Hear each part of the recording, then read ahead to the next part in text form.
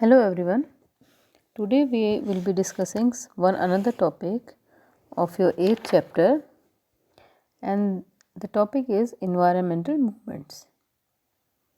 We have so far looked at the very way government have reacted at the national level to the challenges of environment degradation.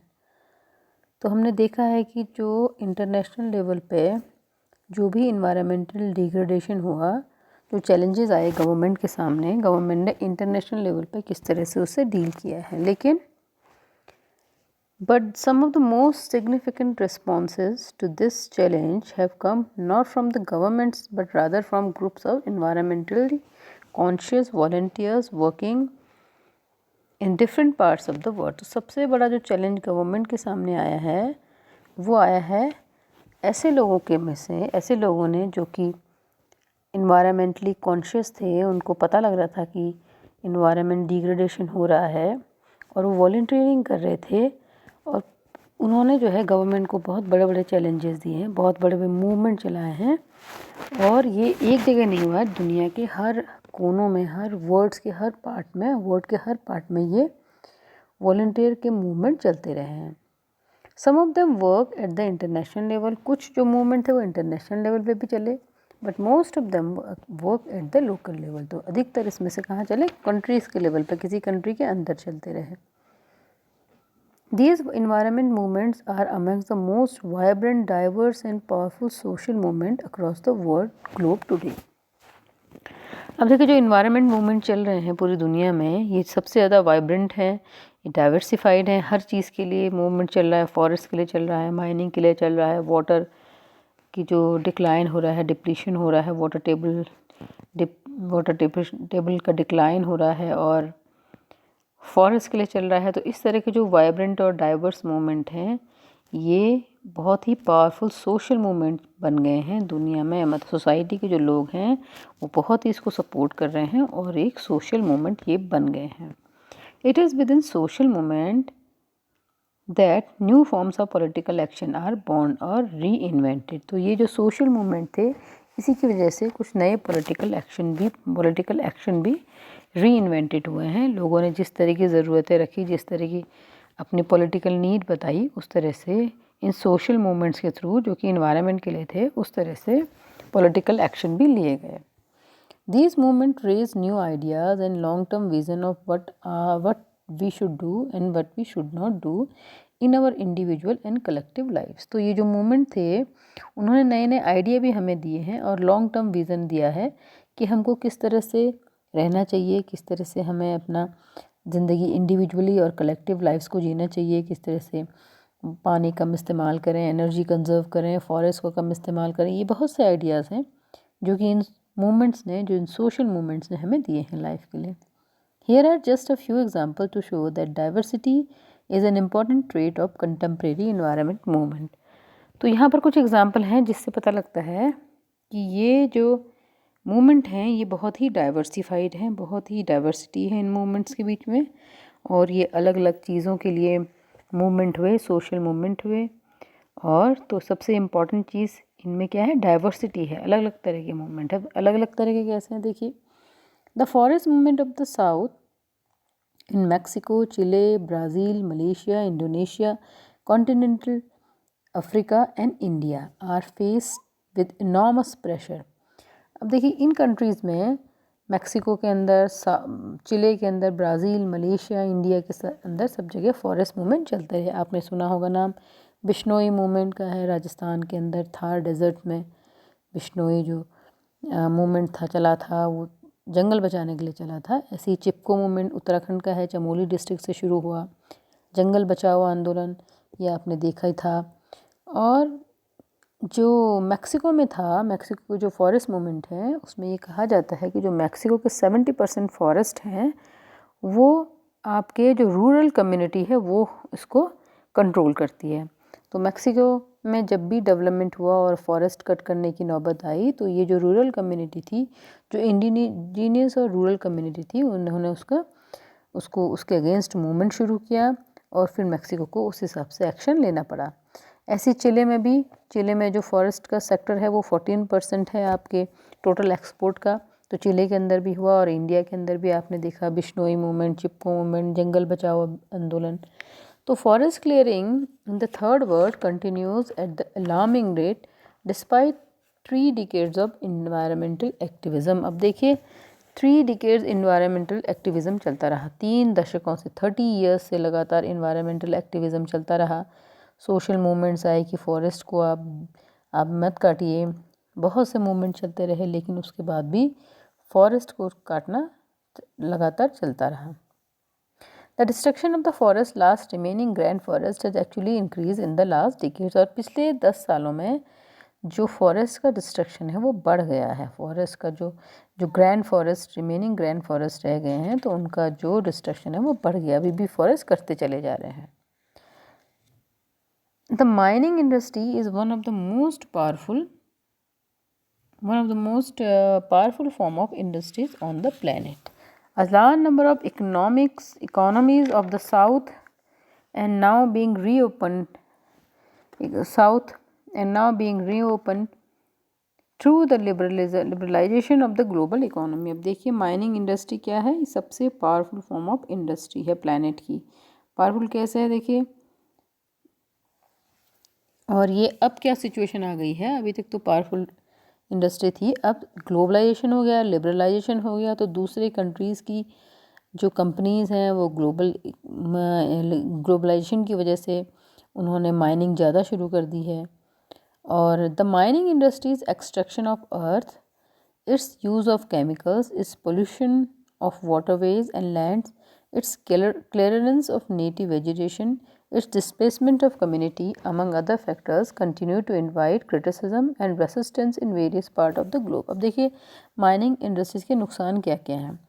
Mining industry क्या कर रही है, extraction of earth कर रही है, ज़मीन खोद रही है, तो उससे भी नुकसान हो रहा है। इट्स यूज़ ऑफ केमिकल्स, वो केमिकल का इस्तेमाल कर रही है माइनिंग करने के लिए, उसको और को पूरे मेटल बनाने के लिए केमिकल का इस्तेमाल हो रहा है, और उसमें पानी का इस्तेमाल हो रहा है। तो वाटरवेज और लैंड जो है वो पोल्यूशन हो जा रहा है, उनसे वाटरवेज का पोल्यूशन हो जा रहा है, लैंड पोल्यूशन हो जा रहा है। और क्योंकि लैंड हमेशा एक्सट्रैक्शन ऑफ अर्थ हो रहा है, तो लैंड पोल्यूशन भी हो रहा है, वाटर पोल्यूशन भी हो रहा है।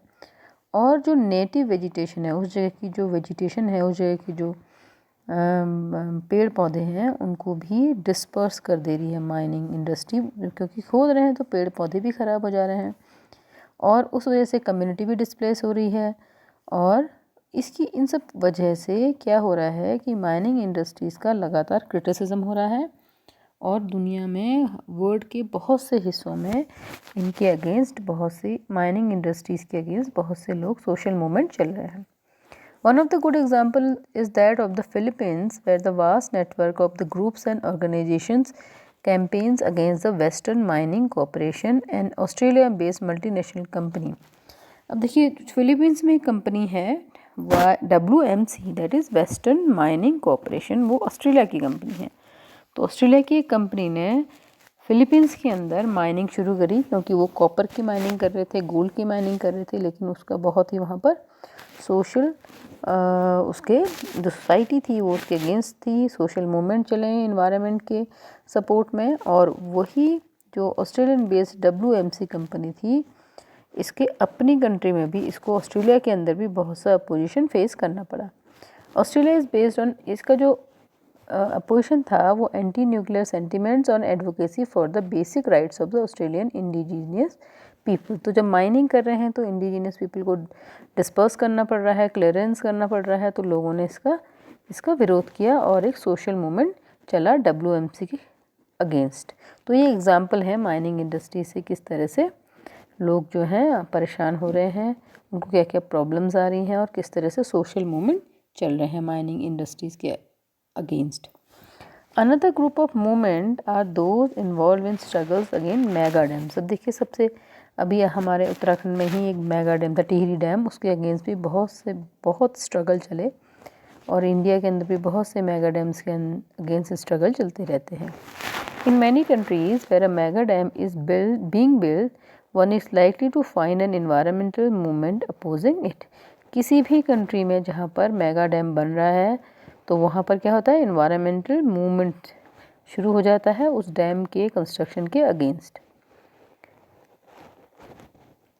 Increasingly, anti-dam movements are pro-river movement for more sustainable and equitable management of river system and valley.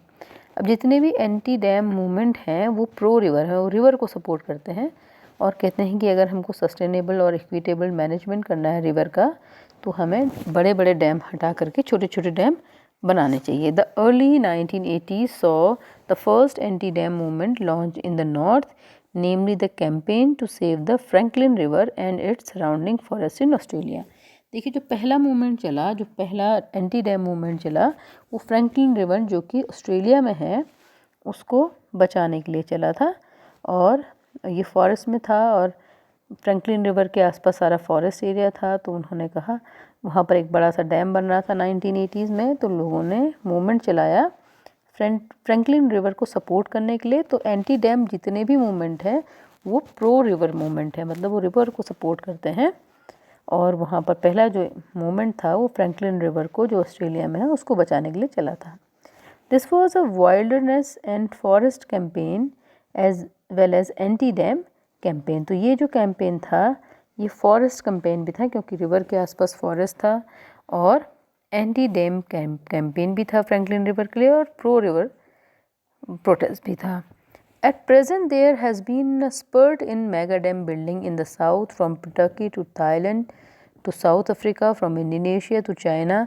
अब देखिए इस समय क्या हो रहा है कि पूरे साउथ में पूरा एक रश हो गया है मेगा डैम बनाने के लिए. पूरी अधिकतर कंट्रीज़ जो हैं वो मेगा डैम बनाना चाह रही हैं इलेक्ट्रिसिटी के लिए और बहुत सी और चीज़ों के लिए वो मेगा डैम बनाना चाह रही हैं कंट्रीज़.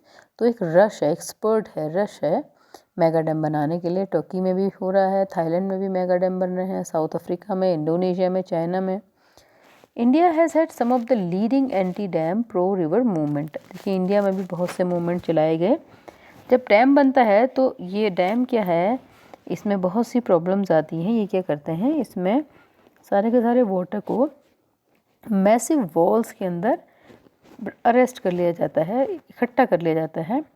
एंड डैम जो है वो वहाँ की उस एरिया की इकोलॉजी को रिवर की इकोलॉजी को डिस्टर्ब कर देते हैं. रिवर में अगर फिश हैं या कोई आपके मरीन एक्वेटिक एनिमल्स हैं उनको डिस्टर्ब कर देते हैं. और जब बड़े बड़े डैम बनते हैं तो वो बहुत लार्ज लैंड एरिया को सबमर्ज कर लेते हैं अपने आप में. आपको पता होगा कि टिहरी डैम जब बना था तो 7 विलेजेस उसके अंदर सबमर्ज हो गए, पानी में डूब गए. और and migration routes of many wild species, और जो माइग्रेशन रूट्स होते हैं जिस एरिया से वाइल्ड स्पीशीज़ जा रहे होते हैं वो पानी के अंदर चला जाता है तो वो भी सबमर्ज हो गया. तो वाइल्ड स्पीशीज़ भी डिस्टर्ब हो गई और जियोलॉजिकल इक्विलिब्रियम डिस्टर्ब कर देते हैं बड़े बड़े डैम्स. और एक बहुत ही massive sociological cost for rehabilitation of villagers. जितने भी गांव सबमर्ज हो जाते हैं उनको रिहेबिलिटेशन करना पड़ता है तो उनको बहुत ही प्रॉब्लम हो जाती. तो इस तरह के जो डैम एंटी डैम मूवमेंट चले हैं वो ऑस्ट्रेलिया के अंदर, Turkey, Thailand, south Africa, Indonesia and China के अंदर चलते रहे हैं. और ये एंटी डैम मूवमेंट जो है वो प्रो रिवर मूवमेंट भी हैं. अब देखिए इंडिया के अंदर कौन कौन से एंटी डैम मूवमेंट चलते हैं. नर्मदा बचाओ आंदोलन आपने सुना होगा, मेधा पाटकर जो है वो नर्मदा बचाओ आंदोलन चलाती हैं. और it is significant to note that in anti-dam and other environment movements in India, the most important share area is non-violence. तो ये बहुत ज़्यादा इम्पॉर्टेंट है कि इंडिया के अंदर जितने भी एंटी डैम मूवमेंट चले हैं वो नॉन वायलेंस का इस्तेमाल करते हैं, वायलेंस नहीं है उसमें. और आपको पता है कि जो नर्मदा बचाओ आंदोलन है वो सरदार सरोवर डैम है, उसको बहुत बड़ा डैम है, उसके अगेंस्ट एंटी डैम मूवमेंट ये चल रहा है. ऐसी टिहरी डैम के अगेंस्ट भी चला था एंटी डैम मूवमेंट. और तो इंडिया के जितने भी एंटी डैम मूवमेंट है वो नॉन वायलेंट है, नॉन वायलेंस का आइडिया को शेयर करते हैं. तो ये बहुत ही ज़्यादा इम्पॉर्टेंट सिग्निफिकेंट चीज़ है to note down. Thank you, have a nice day.